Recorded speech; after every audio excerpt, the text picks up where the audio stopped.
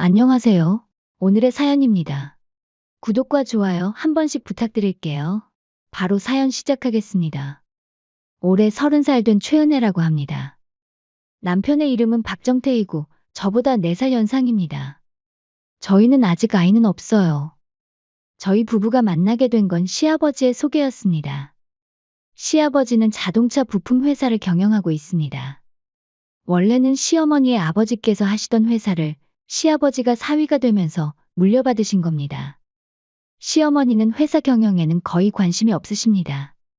그래서인지 회사 경영에는 전혀 간섭하지 않으세요. 저희 부부가 만나게 된 이야기를 들려드릴게요. 저는 당시 사장님의 비서를 하고 있었어요. 제가 일하는 모습을 항상 좋게 봐주신 시아버지께서 부사장을 하고 있던 남편과 한번 만나보는 게 어떻냐고 먼저 물어봐 주셨어요.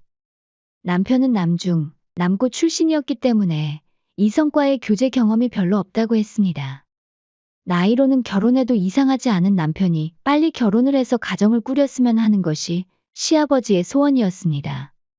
시아버지께서 몇 번 만나보고 싫으면 부담 주지 않겠다고 해서 부사장이었던 남편과 몇 번 데이트했습니다. 만나다 보니 배려심도 많고 매너도 있고 남자다움까지 갖춘 매력적인 분이라는 걸 느꼈습니다. 저는 속으로 이렇게 괜찮은 남자를 놓친 전 여자친구분들 정말로 감사합니다. 라며 수십 번이나 생각했고 반년 정도 교제를 한 뒤 결혼을 했습니다. 시아버지는 저를 정말 마음에 들어 하셨어요. 역시 아들에게 은혜가 잘 어울릴 줄 알았어. 둘이 너무 보기 좋아. 진심으로 매우 기뻐해 주셨습니다. 결혼 후에는 시댁에 들어가 함께 살기로 했습니다. 시댁에는 아가씨도 함께 살고 있습니다. 시댁은 회사를 운영하는 집인 만큼 마당 딸린 대저택이었어요. 아마도 처음부터 두 세대가 함께 살 걸 예상하고 설계를 한 듯 했습니다. 안방으로 쓸 수 있는 큰 방이 2개가 있는 주택이었거든요. 저희가 이사 온 날 아가씨가 말했습니다. 여기 이 방은 제가 쓰던 방인데 이사 온다고 해서 일부러 작은 방으로 옮겼어요. 이 방이 크고 화장실도 있어서 좋은데. 어쨌든 이 방 쓰게 해드릴 테니까 나중에 나가서 살 거라고 하면 안 돼요. 우리 집에 시집 왔다는 건 우리에게 헌신하는 것과 마찬가지야. 자고로 며느리란 우리를 위해 일해야 하는 거니까. 시어머니께서 말하면서 저에게 어떤 종이 한 장을 내밀었습니다. 거기에는 3가지 지켜야 할 사항이 적혀 있었습니다. 1. 우리에게 변명하지 말 것. 2. 명령은 절대 지킬 것. 3. 모든 집안일은 며느리가 할 것. 이렇게 3가지가 적혀 있었습니다. 시어머니와 아가씨는 이걸 지키지 않을 때는 함께 살 이유가 없어지는 거니 남편과 이혼시키겠다고 하셨어요. 다 읽었지? 그럼 바로 우리가 마실 커피부터 끓여봐.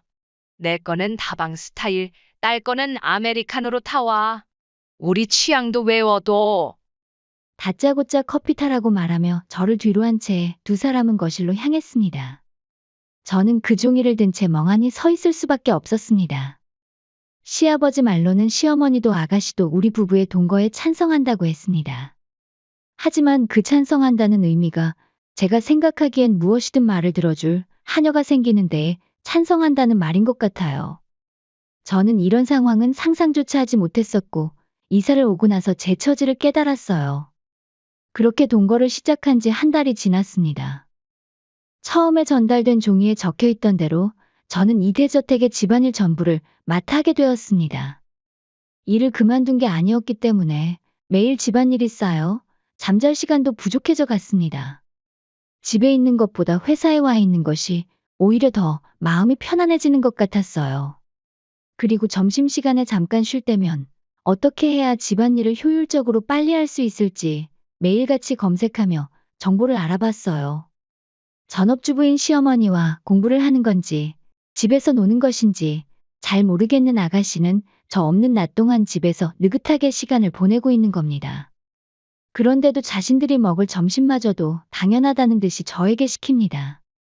저 둘은 집에서 아무것도 안 해서 좋았는지 처음 제가 이사 온 날보다 한 달이 지난 지금은 눈에 띄게 살이 많이 쪘어요. 그러면서 제가 하는 요리에 온갖 트집을 잡아요. 간이 진하다. 이 재료는 싫어. 육수가 별로야. 별의별 트집을 다 잡으면서도 식사가 끝날 때 보면 남김없이 다 먹고 없습니다. 게다가 운동도 전혀 하지 않기 때문에 두 사람이 살이 찌는 것은 당연한 거겠죠. 제가 집안일과 일에 쫓겨 정신 못 차리고 있을 때 아버지한테서 전화가 왔습니다. 은혜야, 엄마가 쓰러져서 위험한 상태라니까 지금 당장 왔으면 좋겠어. 전화를 끊자마자 같이 일하는 동료에게 이 사실을 말했습니다. 그리고 최종적으로 시아버지께서 얼른 가보라고 해주셔서 서둘러 회사를 빠져나올 수 있었습니다. 저는 곧장 아버지께서 알려주신 병원으로 향했습니다. 어머니가 옮겨진 병원은 아무리 빨리 가더라도 회사에서 1시간은 걸리는 곳이었습니다.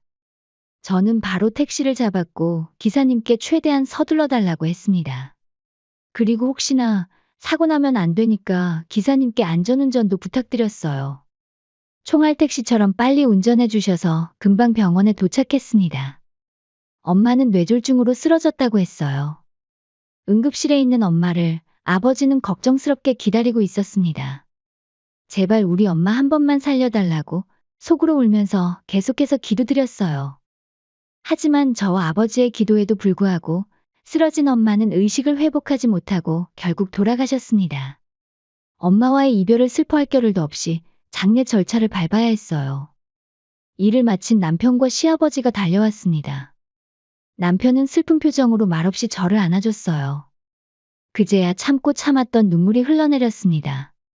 시아버지께서 장례 절차 등을 도와주셔서 원활하게 장례가 진행됐어요. 만약 누군가 안 도와줬다면 아버지와 둘이서 많이 서툴렀을 것 같아요. 시아버지께 정말 감사했습니다. 참고로 시어머니와 아가씨는 연락조차 없었고 장례식에 얼굴도 비치지 않았습니다. 이젠 한 가족이 됐는데 장례식에 오지 않는 건 도무지 이해하기 힘들었습니다. 시아버지께서는 제 몸과 마음이 안정이 될 때까지 당분간 일을 쉬게 해주셨어요. 아버지는 갑작스러운 엄마의 죽음으로 큰 충격을 받은 것 같았어요. 제가 재촉하지 않으면 식사도 하지 않을 정도였습니다. 아버지가 심적으로 안정을 찾으시고 때에 맞춰 식사도 드시게 되면서 드디어 저는 남편이 기다리는 집으로 돌아가게 되었습니다. 남편과 시아버지께서는 아직 일하고 있는 낮이었어요. 그리고 저를 기다리고 있는 것은 난장판이 된 시댁이었습니다. 지난 일주일 정도 집을 비운 것만으로 어떻게 이렇게까지 난장판이 될 수 있는 거지? 싶었습니다. 도대체 시어머니와 아가씨는 손가락 까딱 안 한 것인지 개판도 이런 개판이 없었어요. 드디어 왔구나. 다시 안 가는 거지? 일단 밀린 빨래랑 바닥 청소부터 부탁해. 얼른 끝내놓고 부엌도 알아서 치우고 저녁도 준비해. 저에게는 전혀 거부권이 없었어요. 하지만 집안일을 하기 전에 먼저 할 말은 있었습니다. 어머님, 아가씨, 왜 저희 엄마 장례식에 안 오셨어요? 누가 죽었다고 일일이 다 가야 해? 대한민국에 그런 법이 있었어? 엄마 말이 맞지. 새언니 엄마 장례식 같은 데는 갈 필요가 없지. 세상에 이렇게 매정한 사람이 존재할 수 있나 싶었습니다. 이런 사상을 가진 사람과 더 이야기하면 저도 이상해질 것 같아 청소와 빨래를 시작했습니다. 시간이 흘러 제가 집에 돌아온 지 2주 정도 지났어요. 저는 엄마가 생전에 아끼던 물건들을 물려받기로 했습니다. 그래서 친정집으로 가서 엄마 유품들을 아버지와 정리한 후 엄마가 아끼던 물건들과 추억이 깃든 물건들은 집으로 가져왔습니다. 그 다음 날 남편과 시아버지는 둘이서 출장을 떠났어요. 제가 정시의 일을 마치고 귀가하니 뒷마당에서 연기가 보였습니다. 도대체 무슨 일인가 싶어 마당으로 달려가니 시어머니와 아가씨가 싱글벙글하면서 무언가를 태우고 있었습니다. 어머님, 뭐 하고 계세요? 눈 떴다가 뭐해? 보면 모르겠어? 너가 최근에 가져온 물건들 태우고 있잖아. 아무짝에도 쓸모없는 저런 쓰레기 같은 것들 죄다 집에 들고 오면 어떡해? 우리 집이 더러워지잖아. 아가씨는 웃으면서 불 속에 제 물건들까지도 집어넣고 있었어요. 오늘 날씨가 건조해서 그런지 활활 잘 타네. 마치 수학여행 가서 캠프파이어 하는 기분이야. 그리고 너는 장례식 참석한다는 핑계로 집안일을 빼먹으면 돼. 안 돼. 이 집에서는 집안일을 빼먹고 다른 걸 한다는 건 절대 용납할 수 없는 일이야. 그건 우리 고생하라고 골탕 먹이는 거랑 다름없는 거야. 너같이 괘씸한 건 이 집에 필요 없으니까 당장에 사라져. 하실 말씀 다 하신 거죠? 잘 알겠습니다. 어머님이랑 아가씨가 그렇게까지 말씀하신다면 원하시는 대로 이 집에서 나가야죠. 근데 지금 태우고 있는 엄마 유품들 전부 다 합치면 10억 정도 하니까 이건 변상받을게요. 뭐라고? 제가 10억이라고 말하자 어머님과 아가씨의 눈이 휘둥그레지며 초조해 보였습니다. 이 쓰레기 같은 것들이 무슨 10억이야? 지금 나가는 김에 깽판 치고 가겠다는 거야? 엄마가 예전에 골동품 고서적 수집가로 활동하셨어요. 지금 태우신 것들 정말 귀한 것들이라 집안 대대로 물려주겠다고 팔지 않고 계속 소장하신 것들이에요. 감정받은 기록들도 다 남아있으니 계산해보면 알겠지만 얼추 다 해서 10억은 될 거예요. 함부로 불에 태우시다니. 무슨 수를 써서라도 다 변상받을 겁니다.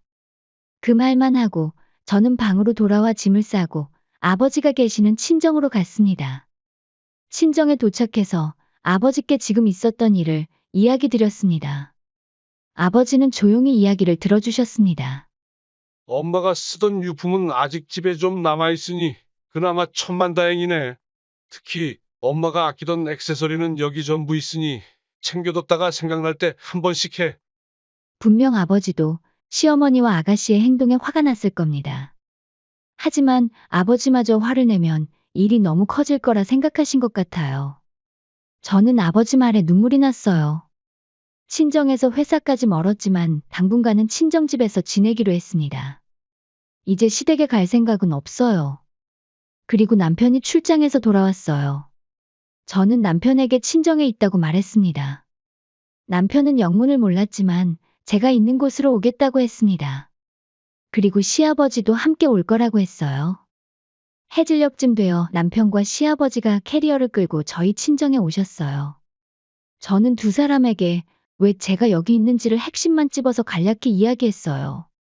그러자 두 사람은 분노하며 시어머니와 아가씨를 욕했습니다. 도대체 무슨 생각으로 이런 짓을 하는 거야? 며느리 물건을 불태우다니, 게다가 장모님의 유품들까지. 내 이것들을 그냥 손모가지를 부러뜨려 놓든가 해야지. 보자 보자 하니까 세상 무서운 줄 모르고 제멋대로 날뛰고 있네. 정말 다행히 두 사람은 정상적인 사고를 하고 있었어요. 사돈, 제가 일단 집에 돌아가서 둘이랑 이야기도 좀 하고 상황 파악을 하고 오겠습니다. 정태는 여기서 며느리랑 함께 있도록 할게요. 이렇게 해도 괜찮으시죠? 시아버지께서 제 아버지에게 양해를 구하셨어요. 그렇게 하셔도 상관없습니다.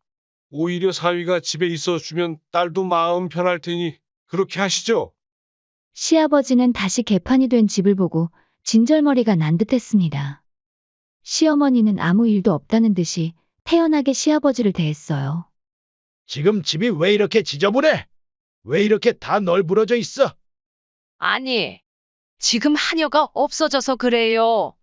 내일 가정부 한번 알아볼 테니까 오늘은 좀 지저분해도 그냥 지내요. 하녀라고 말한 게 며느리를 말하는 건 아니겠지. 하녀가 뭐 별거 있나요? 집안일하고 시중 들면 그게 하녀지. 며느리라고 부르나 하녀라고 부르나 다를 게 뭐 있어요. 아무리 그래도 그런 식으로 말하는 건 아니지. 그리고 너희들 며느리 물건이랑 어머니 물건들 불태웠다고 들었는데 진짜야. 그건 요새 불멍이 유행하길래 우리도 불멍해보고 싶어서 그런 거예요. 모닥불 피워서 쳐다보면 힐링되는 게 좋다고 하더라고요. 그래서 집에서 적당히 태울 만한 물건들 가져와 태운 것뿐이지 일부러 며느리 물건들을 태운 게 아니에요. 어디서 되지도 않는 거짓말을 하고 있어. 그럴 거면 마당에 나무를 베어서 하지 그랬어. 지금 그걸 믿어달라고 하는 말이야. 지금 한 짓이 얼마나 큰 죄인지 모르겠어. 당장에 며느리한테 싹싹 빌고 사과해. 웃기지 마요. 내가 사과를 왜 해요? 걔가 엄마가 죽었다느니 장례식이니 뭐니 하면서 그동안 집안일은 나 몰라라 하고 전부 내팽개쳤어요. 그게 훨씬 더 큰일이죠. 그럴 땐 당신이 집안일 좀 하면 되잖아. 며느리는 일도 하는데 당신은 일 안 하고 집에서 놀잖아. 그리고 지연이, 너는 왜 공부한다면서 독서실 안 가고 맨날 집에 있는 거야? 그렇게 말로만 공부할 거면 이제 독립해서 나가. 아빠, 다짜고짜 나가라는 거 너무한 거 아니에요? 공부가 잘 안 되면 집에서 쉴 수도 있는 거죠. 아빠는 제가 뭐 어떻게 해주길 바라는 거예요? 그런 식으로 공부해서 잘 도 선생님 하겠다.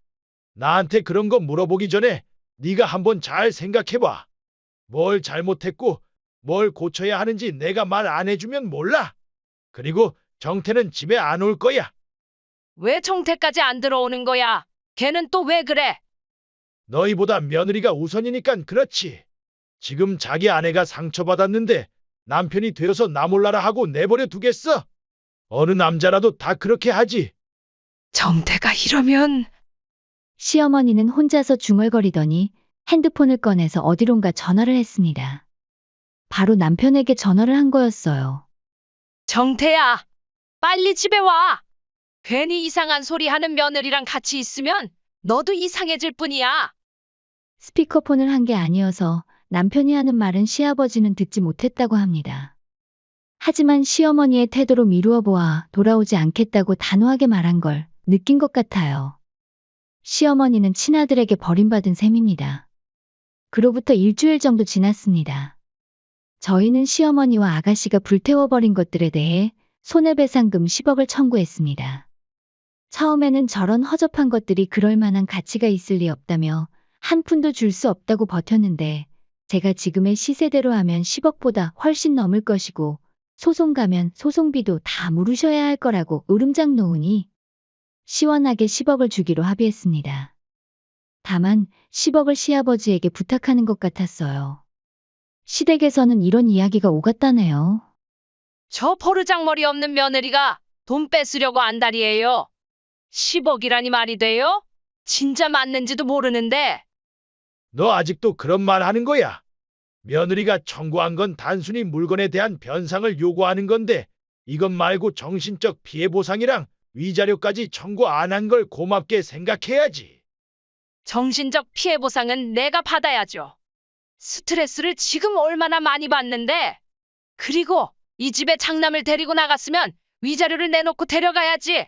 받긴 뭘 받아요? 아직도 상황 파악 못했구먼. 쯧쯧. 아빠, 근데 10억 달라는데 그거 전부 아빠가 해결해 줄 거지? 그게 무슨 소리야? 네? 무슨 소리라니요? 왜냐하면 엄마랑 저한테 그런 돈이 있을 리가 없잖아요. 당연히 아빠가 해결해 줄 거라고 생각했죠. 돈이 없는 건 알지만 나는 10원짜리 한 장도 보태줄 생각이 없어.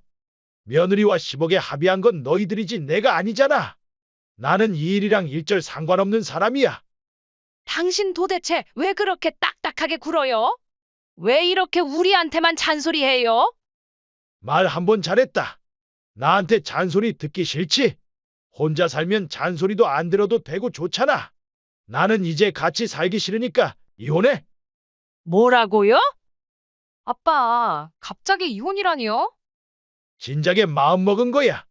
너희들이 며느리 가만히 있는 꼴을 못 봐서 계속 부려먹고 어머니가 돌아가셨다는데 장례식장에 참석하진 못할 망정 집안일 안 했다고 뭐라 하는 게 정상적인 행동이야. 하녀라고 생각하고 부려먹더니 정말 하녀라고 생각해. 내가 저번에도 말했지만 말이 그렇다는 거지. 누가 하녀처럼 부려먹겠대요? 며느리가 시댁에서 살면 다 그런 거지? 다른 집 봐봐요. 우리처럼 다 똑같이 해요. 더 이상 말을 말자. 그런 생각 가진 사람과 나는 같이 못 살아. 시아버지는 그렇게 말하며 이혼 서류를 시어머니한테 건넸습니다. 그리고 시아버지는 작은 쪽지도 함께 건넸습니다. 부모 자식 간의 인연은 여기까지인 것 같네요. 저는 아버지와 아내와 함께 하겠습니다. 남편이 차마 말로 하기 힘들 것 같아 시아버지에게 전달을 부탁한 쪽지였어요. 이를 듣던 아가씨가 갑자기 뭔가 생각난 듯 말했습니다. 그러면 이혼하게 되면 아빠 회사는 어떻게 돼요? 회사가 원래 엄마 거잖아요. 아빠가 회사에서 나가야 하는 거 아니에요? 안 그래도 그러려고 했어. 지금 자리에서 물러날 테니까 회사 가져가도록 해. 그리고 하나 더 말할 게 있는데 정태랑 며느리도 그만둘 거야. 네? 내가 전할 말은 이걸로 끝이야. 이 집은 내가 땅 사서 지은 집이니까 이 집에선 너희가 나가. 이렇게 해서 시부모님은 이혼하셨고 시아버지는 회사를 그만두고 시어머니와 아가씨는 집에서 쫓겨났습니다. 시어머니와 아가씨는 기댈 곳도 의지할 곳도 없어서 마지막으로 남편에게 의지하기 위해 저희 친정집으로 왔어요. 저와 남편은 직접 만날 생각이 없어 현관문을 사이에 두고 인터폰으로 이야기를 나눴어요. 정태야, 며느라, 지금까지 일은 모두 사과할 테니까 부디 10억 합의한 거 없던 것으로 해주면 안 될까? 그런 돈도 없을 뿐더러 지낼 곳도 마땅치 않아. 제발 부탁해. 현관 앞에서 아가씨와 함께 무릎을 꿇고 말하는 듯 했어요. 그런다고 속을 줄 알아요? 아버지한테 쪽지 못 받았어요? 부모와 자식 간의 인연은 끝이라고 했잖아요. 계속 찾아온다면 경찰 부를 거예요. 아들, 너는 엄마가 없어도 돼. 정말로 엄마 버리고 며느리한테 갈 거야? 그러니까 말했잖아요. 부모와 자식의 연을 끊겠다고. 정말로 경찰 부릅니다. 남편의 마지막 한마디를 끝으로 시어머니와 아가씨는 돌아갔어요. 그 후에 이야기를 들려드리자면 시어머니에게는 매월 일정액씩 분할로 받기로 했습니다. 살아생전에 다 갚으실지 모르겠지만 아가씨도 있으니 둘이서 알아서 하겠죠. 그리고 회사는 시어머니의 동생이 받기로 했다네요. 시어머니는 회사 경영과는 전혀 거리가 먼 사람이라 인적 드문 곳으로 이사가서 조용히 지낸다는 것 같아요. 남편과 저는 친정집에서 나와서 아파트로 이사했습니다. 그리고 시아버지와 남편은 회사를 차렸어요. 원래 하시던 것 그대로 회사를 차리신 거라 망할 걱정은 없다고 합니다. 끝까지 시청해 주셔서 감사합니다. 그럼 다음 영상에서 다시 뵙겠습니다.